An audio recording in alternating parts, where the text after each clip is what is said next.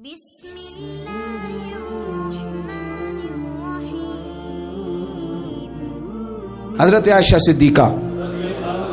رضی اللہ تعالیٰ عنہ فرماتی ہیں ایک عورت تھی اور اسے نبی پاک صلی اللہ تعالیٰ علیہ وسلم نے وہ کلمہ پڑھ کے مسلمان ہوئی، مدینہ طیبہ آ گئی تو حضور نے مسجد نبوی شریف میں اس کے لیے مکان، ایک سادہ سا کمرہ ساتھ مسجد کے بنوا دیا، وہیں رہنے لگی۔ اکثر وہ سیدہ طیبہ کے پاس آتی تو حضرت عائشہ صدیقہ رضی اللہ تعالیٰ عنہ فرماتی ہیں وہ بڑی باتیں سناتی اور آخر میں کہتی وہ ہار والا دن بھی بڑا عجیب دن تھا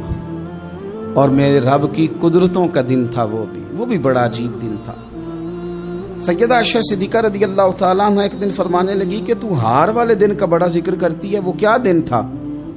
تو خاتون کہنے لگی اماں جی وہ دن تھا جب میرے رب پر بھروسہ اور مضبوط ہو گیا، جس دن میرا اپنے رب پر توکل اور بڑھا، میرے ایمان میں یقین میں اور پختگی آئی۔ کہنے لگی میں ایک گھر کی کنیز تھی، نوکرانی تھی، اس گھر میں ایک بچی تھی جس کے پاس سونے چاندی ہیرے جواہرات کا ہار تھا۔ اس زمانے میں چمڑے کے اوپر لوگ ہیرے جواہرات لگاتے تھے، کئی دفعہ سرخ رنگ کے چمڑے پہ لگائے جاتے تھے، وہ بچی پہنتی تھی۔ تو کہتی ہوں بچی کے اس نے اتار کے رکھا یا اس سے گرا وہ ہار تو چیل اسے اٹھا کے لے گئی گوشت سمجھ کے اور میرے سامنے اٹھا کے لے گئی۔ گھر والوں نے مجھ سے پوچھا، یہ بخاری میں موجود ہے، گھر والوں نے پوچھا مجھ سے کہ وہ ہار کہاں ہے تو میں نے کہا چیل اٹھا کے لے گئی۔ گھر میں کچھ چوری ہو جائے تو سب سے پہلا الزام کس پہ لگتا ہے؟ ملازمین پہ۔ کہتے انہوں نے مجھے بڑا مارا، بڑی تکلیف تھی، حتیٰ کہ میری شرمگاہ تک کی تلاشی،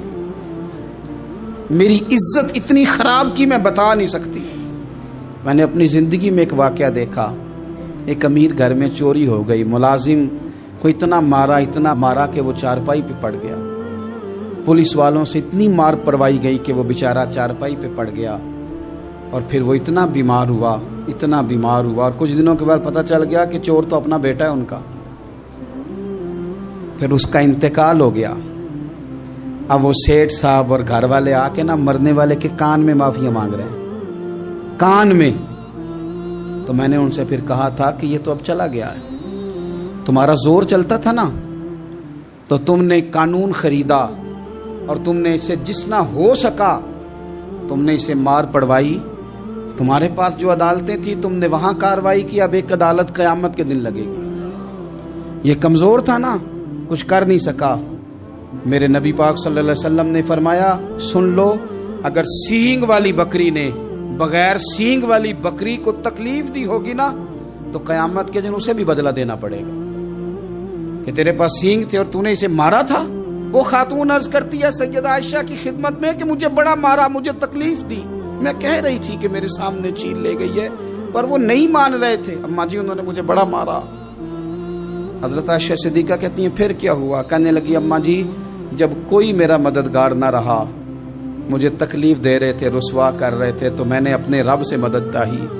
میرے رب کی طرف میں نے توجہ کی، میں نے کہا مالک اب تو ہی میرا مددگار ہے۔ کہتی ہے وہ مجھے مار رہے تھے تو وہ چیل جو ہار لے گئی تھی وہی لے کے واپس آ گئی، اور ہمارے سروں کے قریب لا کے اس نے جب اس ہار کو پھینکا وہ مجھے چھوڑ کے سائیڈ پہ ہوئے، وہ میری بے گناہی جان گئے، لیکن آپ کو بتاؤں اس دن سے میرا اپنے رب پر یقین اور بڑھ گیا۔ مجھے سمجھ آ گئی کہ جب انسان پورا ٹوٹ جاتا ہے اور جب کوئی چاروں جانب اس کا مددگار نہیں ہوتا تو رب تو ہوتا ہے نا، اللہ تو اس کا مددگار ہوتا ہے نا، وہ تو پھر اپنے اس بندے کی مدد کرتا ہے نا، پھر وہ تو توانائی دیتا ہے نا، وہ تنہا نہیں چھوڑتا، وہ تو آنسوؤں والوں کے آنسوؤں پہ بڑا کرم فرماتا ہے،